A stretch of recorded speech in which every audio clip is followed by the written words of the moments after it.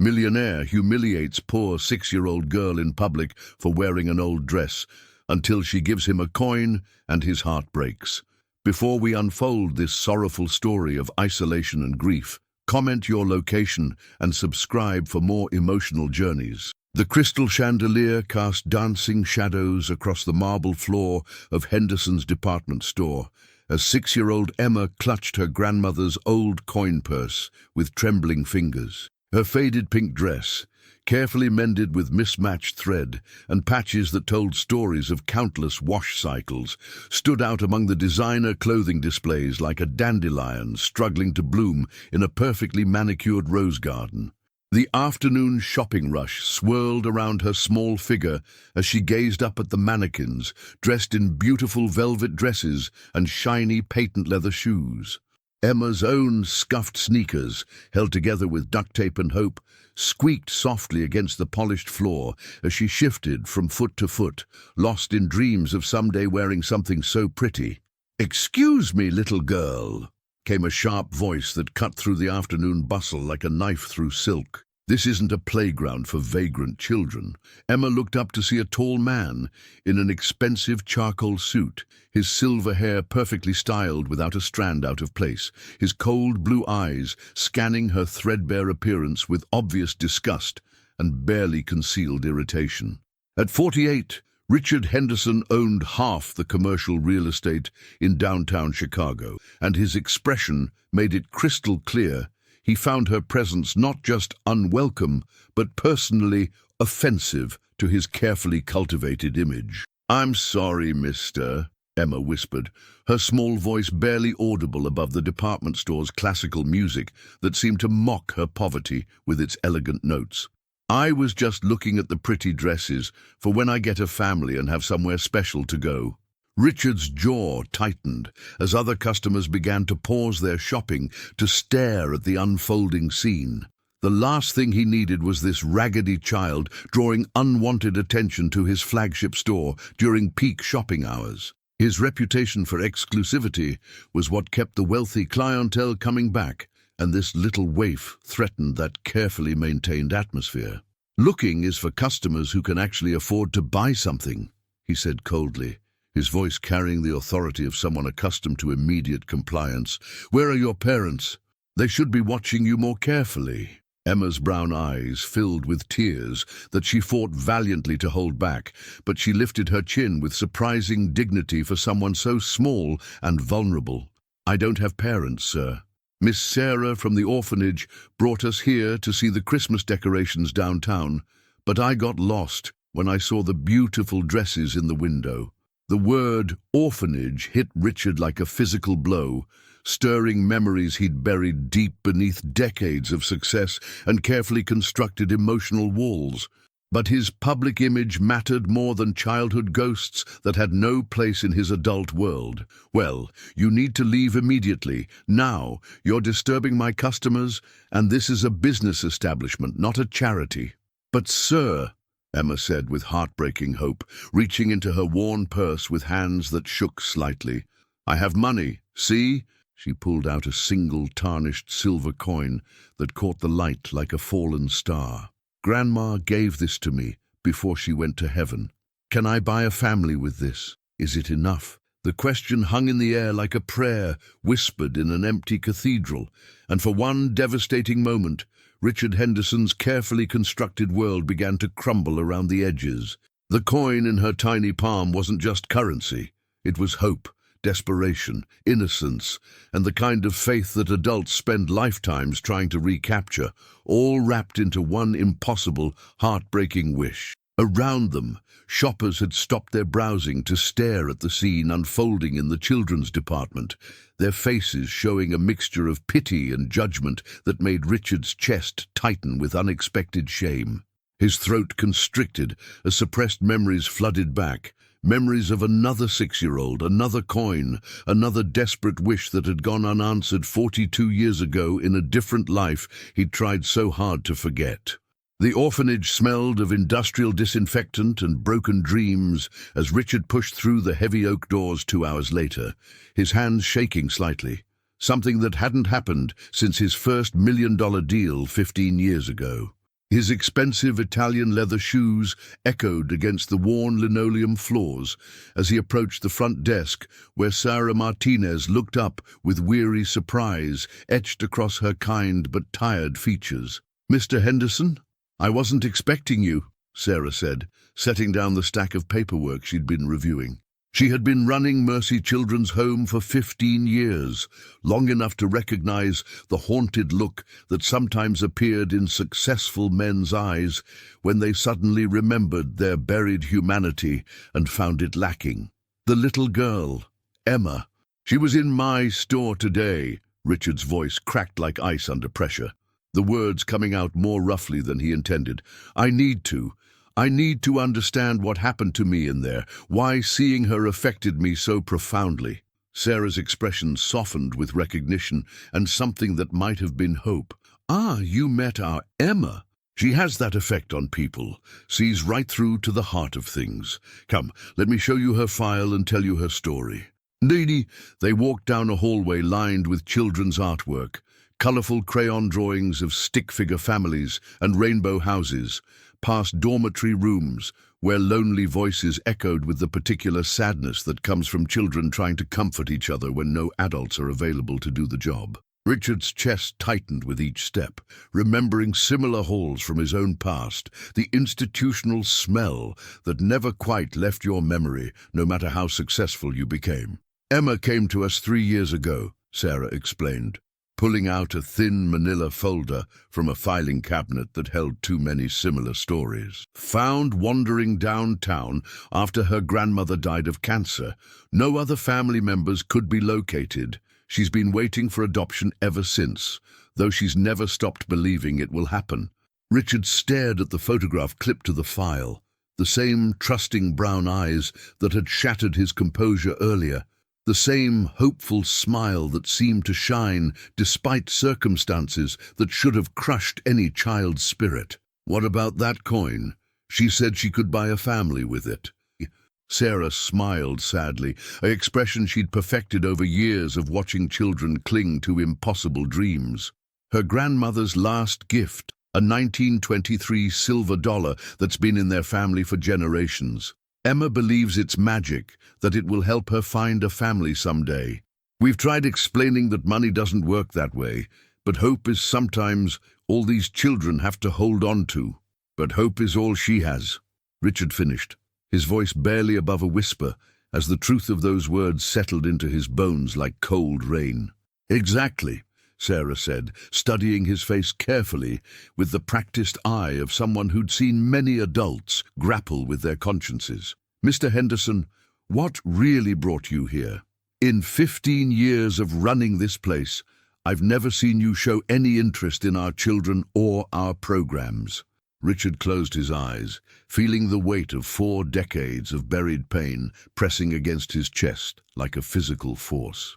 "Because 42 years ago, I was Emma, same age, same hope, same impossible wish that someone somewhere might want a damaged little boy." "What happened to that little boy?" Sarah asked gently, her voice carrying the kind of compassion that came from years of healing broken children. "He grew up angry and empty, rich but hollow inside.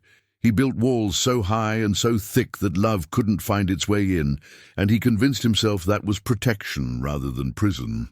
Richard's voice grew stronger, more determined, until today, when a 6-year-old girl with a silver coin reminded him what it felt like to believe in miracles. Sarah reached across her desk and squeezed Richard's hand with surprising warmth. "So what happens now? What are you going to do with this awakening?" Richard straightened his shoulders, feeling a decision crystallize in his mind like morning frost forming on a window.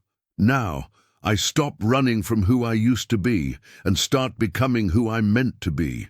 The custody paperwork spread across Richard's mahogany desk like a roadmap to redemption, each form representing another step away from the cold, empty life he'd built and towards something he'd never dared to imagine possible. His lawyer, Patricia Wells, sat across from him, with barely concealed shock etched on her 60-year-old features, her reading glasses perched on the end of her nose as she reviewed documents she'd never expected to prepare.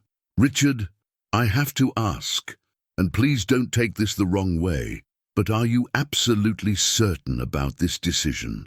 Single adoption at 48, no previous experience with children, no romantic partner to help share the responsibilities. Patricia adjusted her glasses, studying her oldest and most successful client with genuine concern. This isn't like acquiring a company. Children require emotional investment that can't be delegated to assistants. I've never been more certain of anything in my entire life, Richard replied, signing his name with decisive strokes that seemed to carve his commitment into the very paper. Emma needs a family, Patricia, and I need to remember what it means to be human instead of just successful. Patricia leaned back in her leather chair, her expression shifting from professional skepticism to personal curiosity. The home studies will be extensive and invasive. They'll investigate every aspect of your life: finances, background, psychological evaluation, interviews with colleagues and employees. Are you truly prepared for that level of scrutiny? Some very private aspects of your past will need to be disclosed. Richard set down his pen and met her gaze steadily, something settling in his chest, like a weight he'd been carrying finally finding its proper place. Patricia, you've known me for 20 years. You've known. You know what I came from, where I started. Maybe it's time I stopped running from that story and started using it for something good. Tell me about your childhood, Richard. All of it. I need to understand what's driving this sudden decision, because the adoption agency certainly will, and they'll be far less gentle in their questioning than I am. The silence stretched between them like a bridge Richard had never allowed himself to cross before. When he finally spoke, his voice was distant with memory, but steady with newfound purpose. Riverside Children's Home, 1983 to 1990. 7 years of waiting for a family that never came, of watching other kids get chosen while I stood there hoping someone would see past the anger to the scared little boy underneath. Patricia's expression softened as she saw her client in an entirely new light. How did you survive it? How did you become the man you are today? I made a promise to that scared, angry little boy that I'd never be vulnerable again. I'd be so successful, so powerful, so wealthy that nobody could ever hurt me or reject me again. Richard's laugh held no humor, only the bitter wisdom of hard-won experience. I kept that promise, Patricia, built an empire, accumulated more money than 10 generations could spend, but somewhere along the way I forgot that the point wasn't just to survive, it was to live, to connect, to matter to someone. And Emma reminds you of yourself? Emma reminds me of who I could have been if someone had seen past the anger to the hope underneath. She reminds me that courage isn't about having no fear. It's about believing in tomorrow despite everything that went wrong yesterday. Richard stood and walked to his office window, gazing down at the city he'd conquered but never truly inhabited. Yesterday, she asked if she could buy a family with a single coin. Do you know what I wanted to tell her, Patricia? What? That families can't be bought with money. They have to be built with love, patience, and daily choices to show up for each other. One day at a time, one moment at a time. And maybe I'm finally ready to start building something that matters more than my bank account. Patricia gathered the papers, her professional demeanor giving way to genuine warmth and what might have been pride. The process will take months, Richard. Home visits, interviews, background checks, parenting classes. Are you prepared for Emma to see you as more than just the mean man from the department store? Are you ready to become someone's entire world? Richard turned from the window, and for the first time in decades, Patricia saw vulnerability and hope coexisting in his eyes. I'm prepared to try, Patricia. I'm prepared to fail, to learn, to grow, and to love in ways I never thought possible. That little girl taught me something yesterday, that it's never too late to become who you're meant to be. The children's art therapy room at Mercy Home buzzed with the quiet concentration of small hands creating big dreams as Emma carefully colored within the lines of her drawing, her tongue poking out slightly in concentration.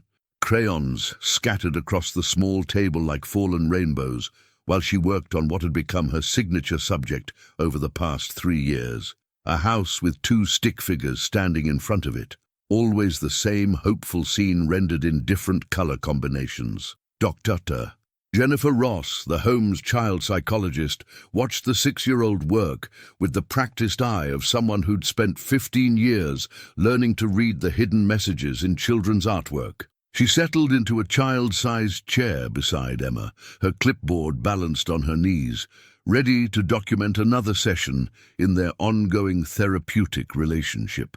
"Tell me about your picture today, Emma," Dr. Ross said gently, her voice carrying the warm interest that had helped dozens of children process their trauma and loss over the years. Emma held up her crayon drawing proudly, her face lighting up with the pure joy that seemed to radiate from her despite everything she'd lost. "This is my someday house, Dr. Ross. See, there's me and my daddy standing in front." She pointed to the larger stick figure with careful precision. "He's very tall and has kind eyes, just like my grandma said he would. And look," she showed the silver coin she'd taped to the corner of the paper with transparent tape. "Grandma's magic coin is keeping the picture safe until it comes true." Dr. Ross studied the drawing with professional interest, noting the consistent elements that appeared in every single piece Emma created. In the 3 years the child had been at the home, every picture featured the same 2 components: a house that looked like home should feel, and a father figure. Never a mother, never siblings, always just Emma and a daddy. "What makes you so sure you'll have a daddy, sweetheart? Have you thought about maybe having a mommy instead?" Emma's face grew serious beyond her years, taking on that peculiar gravity that children develop when they've had to think about adult concepts too early. "Because Grandma told me before she went to heaven, and Grandma never lied to me ever. She said, 'Emma, honey, somewhere out there is a daddy who needs you just as much as you need him. He's probably sad and lonely, just like you are, and the coin will help you find each other when the time is exactly right.' Do you remember your grandma well?" "It's okay if some memories are fuzzy. You were very young when she passed." "Oh, yes." Emma's face lit up like Christmas morning, her entire demeanor transforming with the joy of beloved memories. She smelled like lavender soap and vanilla extract, and she made the best chocolate chip cookies in the whole world. She would read to me every single night before bed, even when she got really sick, and her hands shook so much she could barely hold the book. She never missed story time, not once. Dr. Ross made notes on her clipboard, recognizing the healthy attachment patterns that would serve Emma well in future relationships. The child's connection to her deceased grandmother provided crucial emotional stability in an otherwise chaotic young life. "What kinds of stories did she read to you? Do you have favorite memories?" "Fairy tales, mostly, the old ones with princesses and magic and happy endings. But my very favorite was about the little princess who lost everything, her castle, her fancy dresses, even her family, but never stopped believing that good things were coming. Grandma said I was just like that princess, that I had the same brave heart." Emma carefully selected a yellow crayon for the sun in her picture, considering her color choice with the seriousness of a master artist. "Dr. Ross, do you think my daddy is out there looking for me too? Do you think he's sad like I get sometimes?" The question pierced straight through Dr. Ross's professional composure, hitting her in the place where her own parental instincts lived. "I think, Emma, that love has a mysterious way of finding us exactly when we need it most, often in ways we never expected." Emma nodded solemnly, as if this confirmed something she'd always suspected. "That's exactly what I think too. Maybe that's why the mean man at the store looked so sad when I showed him my coin yesterday. Maybe he's somebody's little boy who's still waiting for his daddy too, you know?" Dr. Ross paused her note-taking, struck by the child's intuitive wisdom that seemed to see straight through to the heart of human nature. "What makes you think that, sweetheart?" His eyes look just like mine do, in the bathroom mirror sometimes when I think nobody's watching. All lonely and hoping for something better, but trying to pretend they're not. Emma added careful green grass to the bottom of her drawing, each stroke deliberate and meaningful.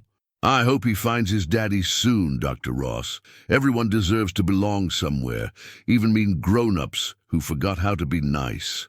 At that moment, Sarah Martinez appeared in the doorway with an expression of barely contained excitement, her eyes bright with the kind of news that could change everything. "Emma, sweetie, can you come with me for a minute? There's someone very special here who wants to meet you." Emma looked up with sudden hope, blazing in her brown eyes like stars coming out at dusk. "Is it him, Dr. Ross? Is it my daddy?"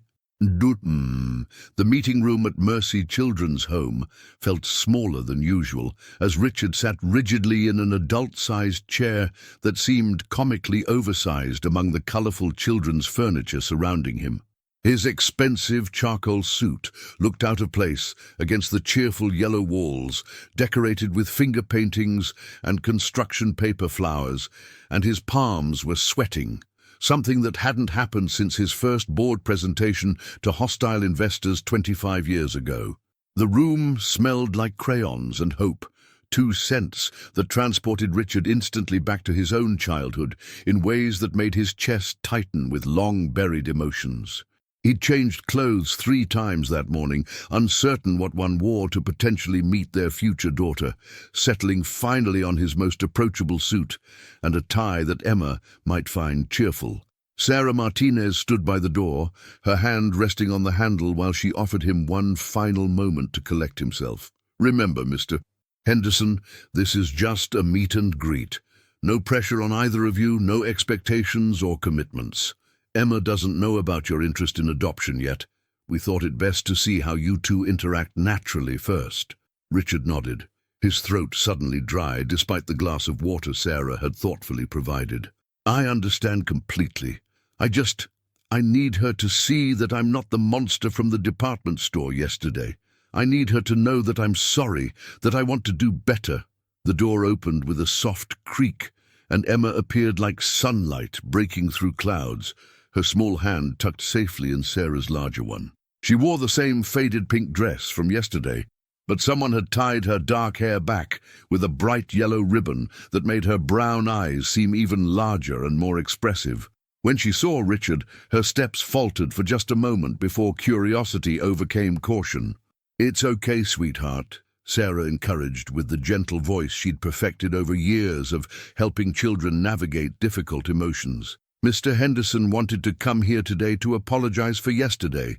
He realizes he wasn't very kind to you, and he feels bad about that." Emma studied Richard's face with the penetrating intensity that only children possess, as if she could see straight through his expensive clothes and careful grooming to the wounded soul underneath. Her grandmother had taught her to look for kindness in people's eyes, and she was conducting that assessment now with the seriousness of a judge evaluating evidence. Slowly, deliberately, she approached his chair, her grandmother's precious coin clutched tightly in her small fist, like a talisman against disappointment. Each step seemed to take forever, the distance between them measured not just in feet, but in the vast gulf between his world of privilege and her world of hope deferred. "Are you still sad?" she asked, when she finally stood directly in front of him, her voice soft but clear, carrying a gentleness that seemed impossible from someone who'd experienced such loss. The question caught Richard completely off guard, hitting him with the force of unexpected truth. "Sad? Yesterday, when I showed you my coin, you looked like you were going to cry, but were trying really hard not to. My grandma always told me that when grown-ups are mean to children, it's usually because something inside them hurts so much they don't know how to be nice anymore." Richard felt his carefully constructed walls crumbling like sandcastles before an incoming tide. Everything he'd built to protect himself seemed suddenly fragile and unnecessary in the face of this child's clear-eyed compassion. He knelt down to Emma's eye level, bringing himself into her world rather than forcing her to reach up into his. "Your grandma was very, very wise, Emma. Yes, I was sad yesterday. I've been sad for a very long time, so long I'd forgotten what it felt like not to be sad." Emma tilted her head, considering this admission with the gravity of someone much older. "What makes you so sad? Did you lose someone important too?" "The same thing that makes you sad, I think. I never had a real family either. Nobody ever wanted me when I was little, just like nobody has wanted you yet." Emma's eyes widened with sudden understanding, and something shifted in her expression. a recognition of kindred spirits finding each other across the years. You're an orphan too? You lived in a place like this? I was, Emma. A long time ago, I was a little boy exactly like you, hoping and wishing and praying that someone would choose me, that someone would see something in me worth loving. Without warning, without hesitation, Emma stepped forward and placed her small, warm hand on Richard's cheek with a tenderness that nearly shattered him completely. The gesture was so pure, so instinctively nurturing, that it reached places in his heart he'd thought were dead and buried. Did you have a magic coin like mine to help you find your family? Richard's voice came out as barely more than a whisper, thick with 40 years of suppressed emotion. I had a lucky penny my mother gave me before she died. I made the exact same wish you did, Emma. Emma's face brightened with sudden inspiration, as if puzzle pieces were clicking together in her mind. Maybe that's why we met. Maybe your penny and my coin were friends up in heaven with Grandma, and they planned this whole thing.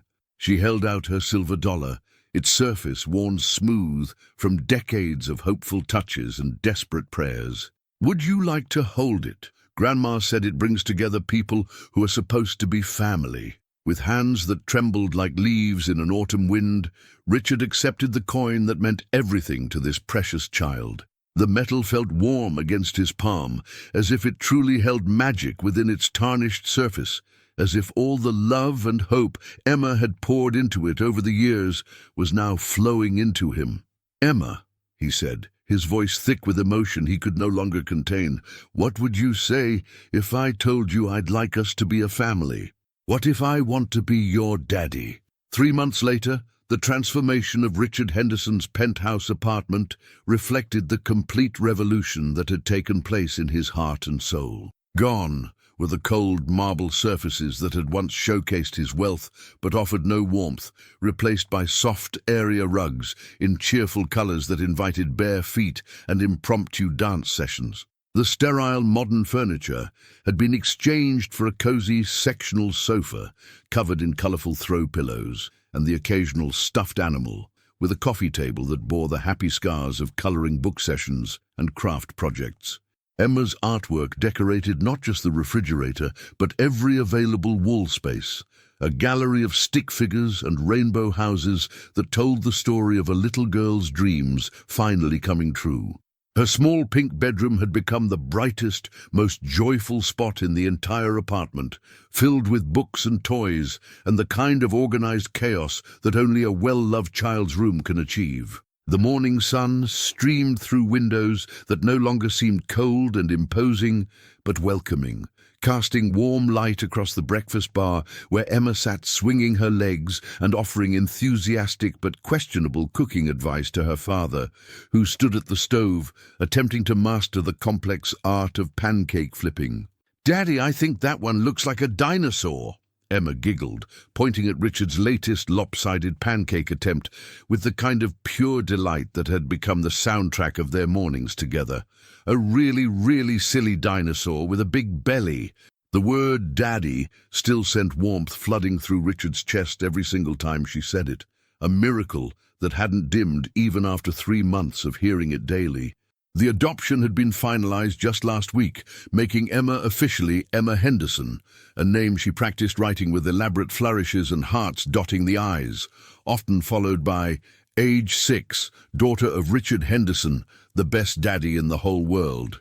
"A dinosaur, huh?"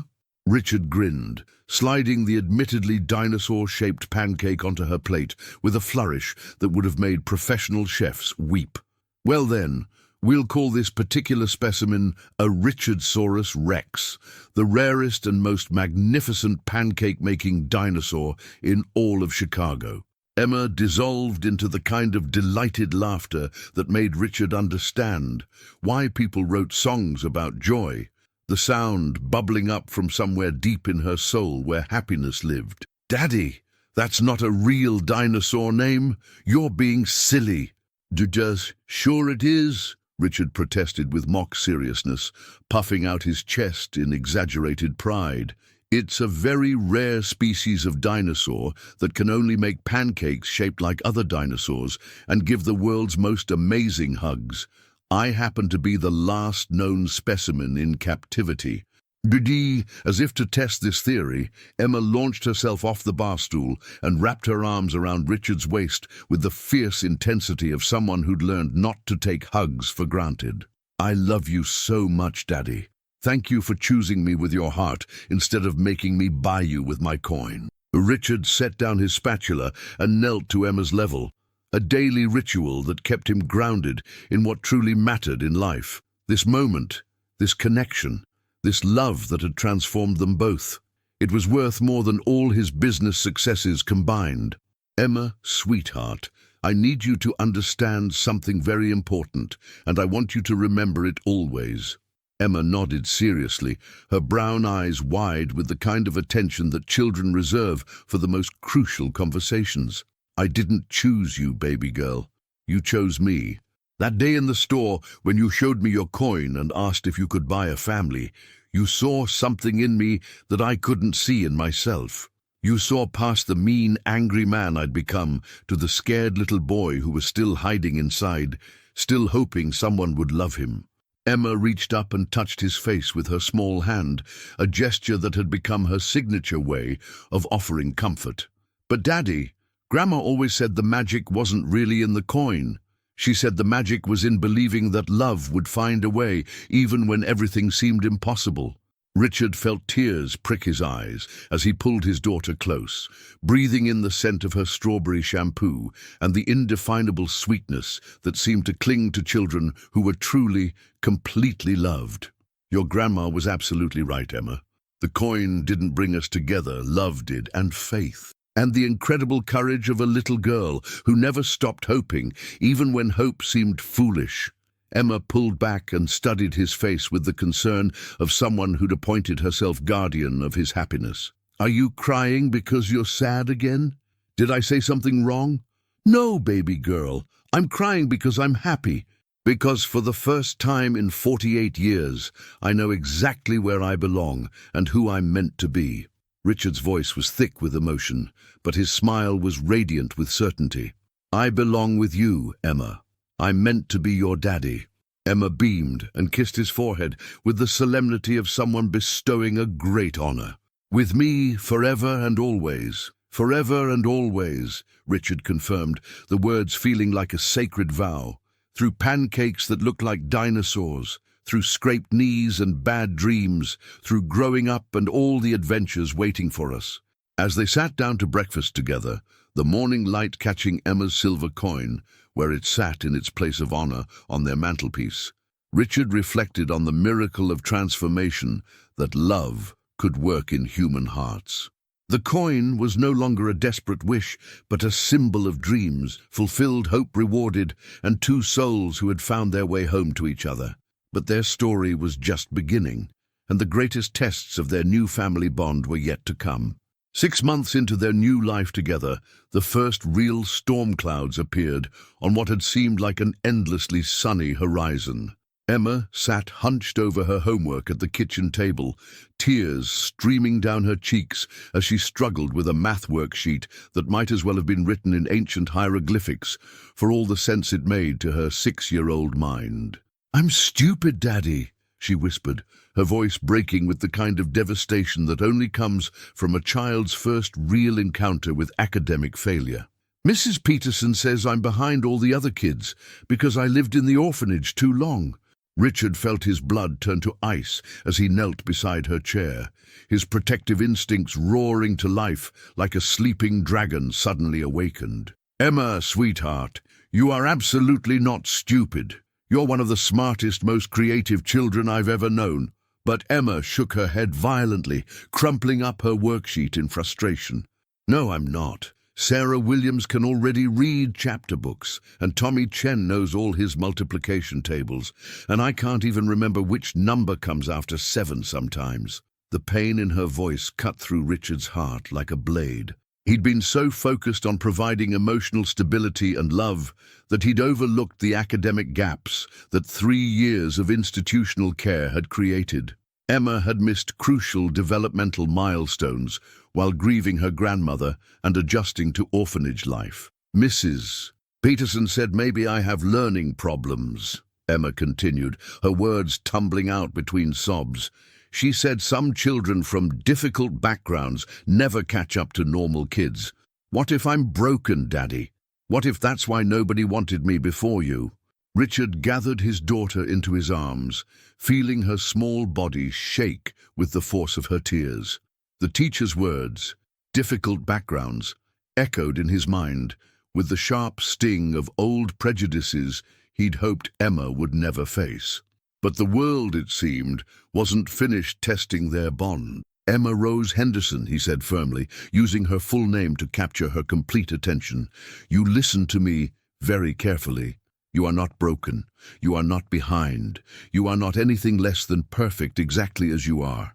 He pulled back to look into her tear-stained face, his own eyes blazing with fierce determination. Some people learn to read at 4, others at 8. Some people are naturally good at math, others at art or music or understanding how people feel. Do you know what makes someone truly smart, baby girl? Emma sniffled and shook her head. Kindness, courage, the ability to see good in people when they can't see it in themselves. And you, my beautiful daughter, have more of those qualities than anyone I've ever met. Richard wiped her tears with gentle thumbs. We're going to get you extra help with reading and math, and I'm going to have a very serious conversation with Mrs. Peterson about appropriate ways to discuss student. But what if I really can't learn like other kids? Emma whispered, voicing her deepest fear. Richard's smile was warm with absolute certainty. Then we'll find the way that works for you, because giving up on each other is not what this family does. We figure it out together, no matter how long it takes. Emma's arms tightened around his neck, like she was anchoring herself to his promise. Forever and always, Richard confirmed, already mentally composing the phone call he would make to Emma's teacher first thing in the morning. Mrs.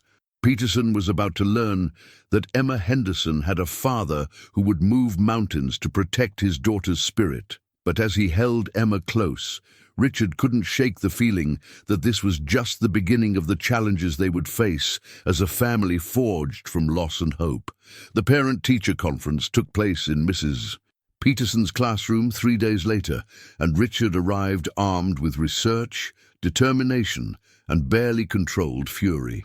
The 60-year-old teacher sat behind her desk like a fortress, her steel-grey hair pulled into a severe bun that matched her disapproving expression perfectly. Mr. Henderson, I appreciate you coming in, Mrs. Peterson began, her voice carrying the condescending tone of someone who'd clearly decided that wealthy single fathers were inherently unfit to understand educational matters. As I mentioned to Emma, children from institutional backgrounds often struggle to integrate into normal academic environment. Richard's jaw tightened, but he kept his voice level and professional. Mrs. Peterson, I'm concerned about the language you're using with my daughter. Terms like normal children and difficult backgrounds are not only inappropriate, but potentially damaging to a child's self-esteem. Mrs. Peterson's eyebrows rose with obvious skepticism. Mr. Henderson, I've been teaching for 35 years. I think I know how to assess a child's capabilities. Emma is significantly behind grade level in reading and mathematics. She struggles with concentration and has difficulty following multi-step instructions. She's 6 years old and has experienced more trauma than most adults, Richard replied, his voice gaining an edge that made grown business executives reconsider their positions. She lost her grandmother, spent 3 years in institutional care, and is now adjusting to an entirely new life. Of course, she's struggling with concentration, which is exactly why I'm suggesting she might be better suited to the special education track, Mrs. Peterson continued, shuffling through papers with bureaucratic efficiency. We have wonderful programs for children with learning disabilities and emotional disturbances. The words emotional disturbances hit Richard like a physical blow. Are you suggesting my daughter is emotionally disturbed? I'm suggesting that children from orphanages often carry baggage that affects their ability to learn at the same pace as children from stable homes, Mrs. Peterson replied coolly. It's not their fault, of course, but we must be realistic about their limitation. Richard stood slowly, his 6-foot frame casting a shadow across the teacher's desk. When he spoke, his voice carried the quiet authority of someone accustomed to getting results. "Mrs. Peterson, let me be very clear about something. Emma is not limited by her past. She's strengthened by it. She has survived loss that would break many adults and maintained hope in circumstances that would crush most spirits." Mrs. Peterson shifted uncomfortably in her chair as Richard continued. "She will receive whatever tutoring and support she needs to succeed academically, but she will not be labeled, marginalized, or made to feel less than her peers because of prejudices about her background. Mr. Henderson, I don't think you understand the challenges." "I understand them perfectly," Richard interrupted, his voice sharp as winter air. "I was Emma 25 years ago. I was the orphan kid that teachers wrote off as damaged goods. The difference is Emma has something I didn't have, a father who will fight for her every single day." He leaned forward, placing his hands on the desk. "Emma will remain in regular classes. You will adjust your teaching methods to accommodate her learning style. And if I hear that you've made any more comments about normal children versus children from difficult backgrounds, I will have you transferred to a school where your outdated attitudes might be less harmful." Mrs. Peterson's face flushed red. "You can't threaten me, Mr. Henderson. I have tenure and—" "I'm not threatening you," Richard said quietly. "I'm promising you, Emma Henderson is my daughter, and I will protect her from anyone who tries to diminish her light, including teachers who mistake ignorance for experience." He straightened his suit jacket and moved toward the door. "I'll be arranging for private tutoring to help Emma catch up academically, but her self-worth is non-negotiable. Good day, Mrs. Peterson." As Richard walked through the school corridors, he felt the familiar fire of protective rage burning in his chest. But this time, it wasn't destructive anger. It was the fierce love of a father who would tear down any obstacle that stood between his daughter and her dreams. Emma was waiting for him in the car, her face anxious with worry. "How did it go, Daddy?" Richard smiled and buckled his seatbelt. "It went perfectly, sweetheart. Mrs. Peterson and I understand each other now." But privately, Richard knew this battle was far from over. The world would test Emma's worth again and again, and he would be ready every single time. The reading tutor Richard hired was everything Mrs. Peterson was not. Young, enthusiastic, and blessed with the gift of seeing potential rather than deficits. Dr. Amanda Chen had specialized in working with children who'd experienced educational gaps, and her warm smile immediately put Emma at ease during their first session in the Henderson apartment. "So, Emma," Dr. Chen said, settling cross-legged on the living room floor with a stack of colorful books, "your dad tells me you love stories. What's your favorite kind?" Emma curled up in her favorite spot on the couch, clutching her grandmother's silver coin for comfort. "I like stories about brave kids who save the day, even when grown-ups think they're too little to help." Dr. Chen's eyes sparkled with understanding. "Ah, a fellow believer in mighty small heroes. I have just the book for you." She pulled out a slim volume with an illustration of a tiny girl facing down a dragon. This is about a 6-year-old named Lucy who discovers that sometimes the smallest people have the biggest hearts.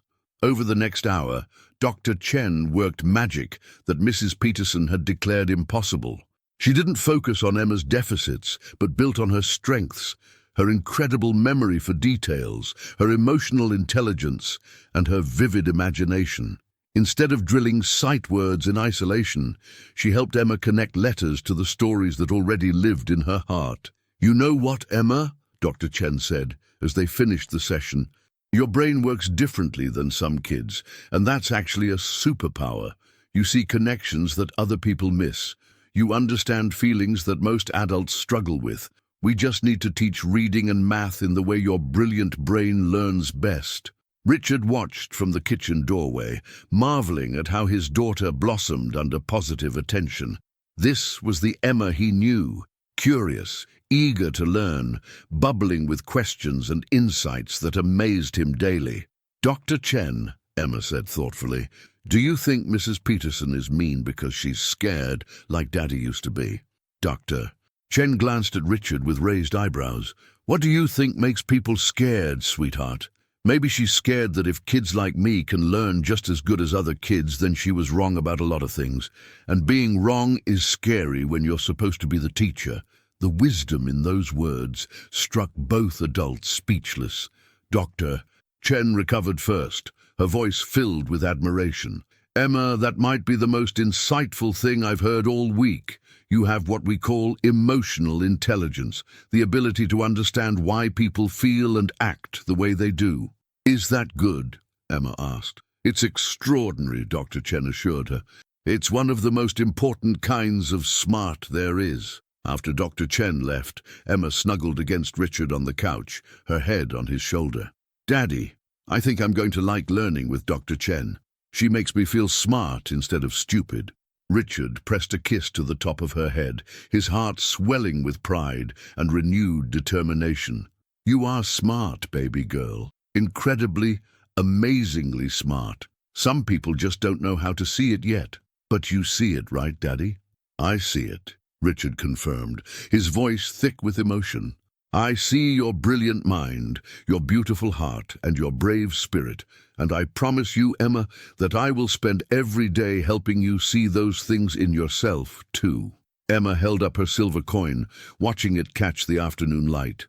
I think Grandma's magic is still working, Daddy. She sent you to be my daddy, and now she sent Dr. Chen to help me learn. I bet there are more good surprises coming. Richard smiled, though privately he wondered what challenges still lay ahead. But watching Emma's confidence slowly rebuild, he felt ready to face whatever came next. Their family was stronger than any obstacle the world could throw at them. The real test, however, was about to arrive in a form neither of them expected. The knock on their apartment door came on a cold Tuesday evening in November, just as Richard and Emma were settling down to read together before bedtime. Emma was curled up in her pajamas, finally making real progress with the chapter book, when the unexpected visitor interrupted their peaceful routine. Richard opened the door to find a woman in her 30s, with Emma's exact same brown eyes and dark hair, standing nervously in the hallway, with a manila envelope clutched in her trembling hands. "Are you Richard Henderson?" she asked, her voice shaky with emotion. "I'm Claire Morrison, I think. I think you have my daughter." The world seemed to tilt sideways as Richard stared at the woman who could only be one person. Emma's birth mother, the family member the social workers had never been able to locate. Behind him, he heard Emma's soft gasp as she recognized something familiar in the stranger's features. "I don't understand," Richard managed, though his heart was already sinking with a dread he'd never experienced. "Emma's mother died when she was 3. She's been legally available for adoption." Claire shook her head, tears streaming down her cheeks. "No, that was my mother, Emma's grandmother. I'm her biological mother. I gave her to my mother to raise when I was only 16 and couldn't care for her. When Mom died, I was serving overseas in the military. By the time I got back and found out what happened, Emma had already been placed for adoption." Richard felt the floor beneath his feet become uncertain as the implications hit him like a physical blow. "You're saying you're Emma's biological mother?" "I have documentation," Claire said, holding out the envelope with shaking hands. "Birth certificate, DNA test results, military service records explaining my absence. I never legally relinquished my parental rights. My mother was Emma's legal guardian, but I'm still her mother." From behind, Richard came a small, confused voice that broke his heart into pieces. "Daddy, who is that lady? Why does she look like me?" Richard turned to see Emma standing in the living room doorway, her silver coin clutched tightly in her small fist, her face a mixture of curiosity and growing fear as she sensed the tension in the room. Claire's breath caught audibly when she saw Emma. "Oh my God, she's so beautiful. She looks just like... Emma? Baby, do you remember me at all?" Emma pressed closer to Richard's side, her voice barely a whisper. "Are you my real mommy, the one who went away?" The question hung in the air like a blade waiting to fall. Claire knelt down to Emma's level, her face wet with tears. Yes, sweetheart. I'm your mommy. I've been looking for you for 3 years. I never wanted to leave you with Grandma forever. I just needed to grow up and learn how to take care of you properly. Emma looked up at Richard with eyes full of confusion and fear. But Daddy, you said I was yours forever and always. You said nobody could take me away. Richard's throat felt like it was closing as he struggled to find words that could make sense of a situation that defied all logic and fairness. How do you explain to a 6-year-old that the family she'd finally found might be taken away by the very thing she'd always dreamed of, a biological parent who wanted her? Emma, he said carefully, kneeling down beside Claire, this is very complicated, sweetheart. Sometimes adults have to figure out hard things that don't have easy answers. Claire reached out tentatively toward Emma. I know this is confusing, baby, but I'm here now, and I want to take you home with me. I have a house in California with a backyard and a swing set. I've been preparing for you to come home for months. Emma clutched her coin tighter, stepping back against Richard's legs. But this is my home. Daddy is my family. I don't want to go to California. The raw pain in Emma's voice sent rage coursing through Richard's veins, but he forced himself to remain calm. Claire, I understand this is emotional for you, but Emma has been legally adopted. Our family is established and recognized by the courts. I've already spoken with an attorney, Claire replied firmly. When biological parents were not properly notified of adoption proceedings, there are legal remedies available, especially when the parent is military and was serving overseas. Richard felt his carefully constructed world beginning to crumble around him, but he kept his voice steady for Emma's sake. I think we need to discuss this privately without Emma present. But Emma stepped forward suddenly, her small voice carrying surprising strength. Wait, I want to say something. Both adults looked down at the 6-year-old who had become the center of a legal and emotional storm she never asked for. I have a question for both of you, Emma said with the solemn dignity that had first captured Richard's heart. If you really love me, what matters most? What you want, or what makes me happy? The custody hearing took place in a sterile courtroom that felt nothing like the warm family spaces where Emma had learned to call Richard Daddy. Judge Patricia Williams, a woman in her 50s with kind eyes but a firm demeanor, reviewed the complex case file while Emma sat between Richard and Claire at the plaintiff's table, looking impossibly small in her best dress. This is an unusual case, Judge Williams began, her voice carrying the weight of Solomon-like wisdom that would determine Emma's future. We have a biological mother who was serving our country overseas and genuinely unaware of the adoption proceedings, and we have an adoptive father who has provided excellent care for 6 months. Richard's attorney, Patricia Wells, stood to present their case first. Your Honor, Emma Henderson has thrived in Mr. Henderson's care. She's receiving tutoring, therapy, and unlimited love. To remove her now would constitute another traumatic abandonment. Claire's attorney countered immediately. Your Honor, Ms. Morrison is Emma's biological mother who was denied due process. Military service should not result in permanent loss of parental rights. She has prepared extensively for Emma's return and can provide a stable, loving home. Judge Williams looked down at Emma, who sat quietly holding her grandmother's silver coin. Emma, I'd like to speak with you privately in my chambers. Sometimes children have thoughts that help us make the right decisions. 10 minutes later, Emma emerged from the judge's chambers with tear-stained cheeks, but a determined expression. Judge Williams followed, her face revealing nothing of their conversation. After speaking with Emma and reviewing all documentation, Judge Williams announced, I'm ordering a 6-month transition period. Emma will spend weekdays with Mr. Henderson and weekends with Ms. Morrison. This will allow her to build a relationship with her biological mother while maintaining stability with her adoptive father. Richard felt relief flood through him, but Claire's face crumpled with disappointment. Your Honor, I respectfully request reconsideration. I've been separated from my daughter for 3 years. Ms. Morrison, Judge Williams said firmly, Emma has expressed clear preferences based on attachment and stability. However, she also expressed curiosity about her biological family. This arrangement honors both her emotional needs and your parental rights. After court, Claire approached Richard in the hallway, her eyes red from crying. "I want you to know, I don't hate you. I can see how much Emma loves you. I missed so much of her life." Richard looked at this woman who had unknowingly shattered his world, seeing not an enemy, but another person who loved Emma desperately. "Claire, what if we focused on what's best for Emma instead of what's best for us?" "What do you mean?" "I mean, maybe Emma doesn't have to choose between having a father and having a mother. Maybe she can have both, if we're mature enough to put her needs first." Claire studied his face carefully. "You'd be willing to share custody? Permanently?"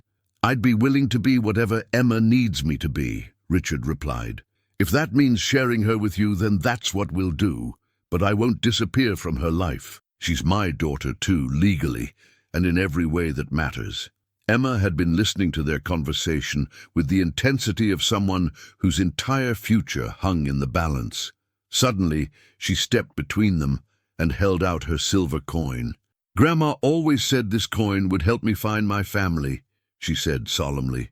"Maybe it wasn't supposed to find me just one person. Maybe it was supposed to find me all the people who could love me enough to share." She looked up at both adults with eyes wise beyond her years. "I want to try having a mommy and a daddy, but only if you promise never to make me choose between you. And only if you promise to be friends, because I can't love people who are mean to each other." Richard and Claire looked at each other over Emma's head, both recognizing the wisdom of a child who had learned that love multiplied rather than divided when shared freely. "I think," Claire said slowly, "that your grandma's coin worked exactly the way it was supposed to." Richard nodded, extending his hand to Claire. "Partners in loving Emma." Claire shook his hand, tears flowing freely. "Partners in loving Emma." Emma beamed and hugged them both simultaneously, her silver coin catching the courthouse lighting like a star. "Now I have the biggest family of all." And 1 year later, the backyard of Claire's California home buzzed with the laughter of Emma's 7th birthday party, a celebration that perfectly captured the beautiful complexity their unconventional family had become. Richard had flown in from Chicago, as he did every other weekend, and Emma raced between her two parents with the natural ease of a child who had learned that love was not a limited resource. "Daddy, watch this!" Emma called out as she pumped her legs on the swing set Claire had installed. "Mommy taught me how to swing so high I can almost touch the clouds." Richard applauded enthusiastically while Claire smiled beside him, the initial awkwardness between them having evolved into genuine friendship built on their shared commitment to Emma's happiness. They had learned to coordinate school conferences, medical appointments, and bedtime stories across state lines with the efficiency of a well-oiled machine. "She's reading at grade level now," Claire reported as they watched Emma play with her friends. Dr. Chen's methods really worked. Emma just needed someone to believe in her learning style. "Mrs. Peterson retired early," Richard added with satisfaction. "The new teacher, Miss Rodriguez, sees Emma's potential immediately. It's amazing what happens when educators focus on possibilities instead of problems." Dr. Amanda Chen, who had become not just Emma's tutor but a family friend, approached carrying a beautifully wrapped gift. "How's our favorite success story doing? Ready for 2nd grade next year?" "More than ready," Claire answered proudly. "She's writing her own stories now. Last week she wrote about a little girl whose magic coin brought her not one parent but 2, plus the best tutor in the world." Emma bounded over to them, her face flushed with excitement and chocolate frosting. "Dr. Chen, did you bring the special present we talked about?" Dr. Chen winked conspiratorially. "I certainly did. But first, there's something your parents want to give you." Richard and Claire exchanged meaningful glances before Richard knelt down to Emma's level, a small velvet box in his hands. "Emma, honey, this past year has taught us all something important about what family really means. It means that love grows bigger when you share it." Emma said solemnly, her brown eyes sparkling with understanding beyond her years. Exactly, Claire confirmed, kneeling beside Richard. So we wanted to give you something that shows how proud we are of the amazing little girl you've become, and how grateful we are that you taught us how to be a family. Richard opened the box to reveal a delicate gold necklace with a pendant that took Emma's breath away. A tiny replica of her grandmother's silver coin, but crafted in gleaming gold and engraved with words that made her eyes fill with happy tears. Emma Henderson Morrison, loved beyond measure. It's your new magic coin, Claire explained softly, because the old one worked so perfectly, bringing us all together, that we thought you might need a new one for all the adventures still ahead. Emma touched the pendant with reverent fingers before looking up at both her parents with a radiance that could have powered the sun. Do you know what I'm going to wish for with this one? What, sweetheart? Richard asked. That other kids who feel lonely and forgotten will find their families too. That there will be enough love in the world for everyone who needs it. Emma's voice grew stronger, more confident. And that grown-ups will remember that being different doesn't mean being broken. Dr. Chen wiped away tears she hadn't realized were falling. Emma Henderson Morrison, you are going to change the world someday. Emma grinned and hugged both her parents simultaneously, her new necklace catching the California sunshine. I already did change the world. I changed Daddy's world and Mommy's world and my world. Sometimes that's how changing the whole world starts, one family at a time. As the party continued around them, Richard reflected on the incredible journey that had brought them to this moment. A year ago, he had been a lonely, successful man who had forgotten how to love. Now he was part of something extraordinary, a family built not on conventional structures, but on the radical idea that love multiplied when shared freely. Emma's grandmother's silver coin sat in a place of honor in both their homes now. No longer a desperate wish, but a symbol of dreams fulfilled and miracles made manifest through the simple act of two adults choosing to put a child's needs above their own egos. And as Emma blew out her birthday candles, making a wish for all the lonely children in the world, both Richard and Claire knew that their daughter would indeed change the world. One heart at a time, one family at a time, one act of love at a time. The magic had always been real. It had just taken a 6-year-old girl with an old coin and a heart full of hope to show them where to find it.